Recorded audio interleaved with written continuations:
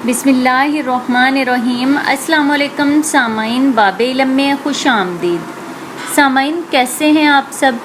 मेरी दुआ है कि अल्लाह के फजलो करम से आप सब हमेशा खुश व खुरम रहें, शाद व आबाद रहें, आमीन। सामाइन, ईद कुर्बान की आमद है और इस मौका पर कुर्बानी का गोश्त खूब खाया जाता है, लेकिन ज्यादा गोश्त खाने और चटपटा खाने से मैदा खराब हो जाता है या बदहजमी हो जाती है, जलन होने लगती है। इस वजह से बहुत से लोग कुर्बानी का सही मजा नहीं ले पाते। लेकिन आज हम आपके लिए एक ऐसी चीज लेकर आए हैं जिसका गोश्त के साथ इस्तेमाल करने से बदहजमी या और कोई भी परेशानी बिल्कुल नहीं होती, और आप ईद का गोश्त खूब खाइए और खूब लुत्फ उठाइए।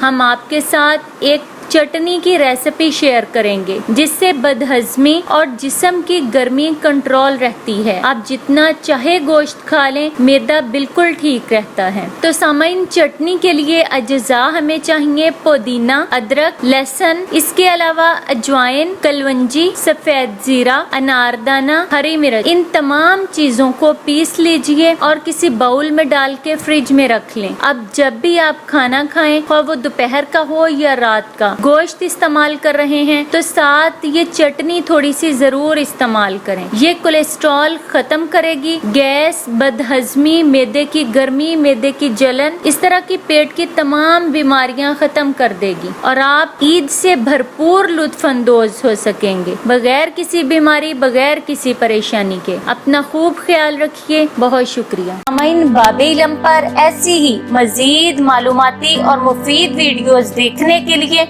हमारा चैनल सब्सक्राइब करें और पास दिए गए बेल आइकन को जरूर प्रेस कर लें ताकि बाब इल्म पर अपलोड की जाने वाली हर नई वीडियो का नोटिफिकेशन सबसे पहले आपको मिल सके। सामाइन, वीडियो लाइक करें, शेयर करें और कमेंट बॉक्स में अपनी राय का इजहार करना ना भूलें। अगली वीडियो तक के लिए इजाजत दीजिए। बहुत शुक्रिया। अल्लाह हाफ़िज़।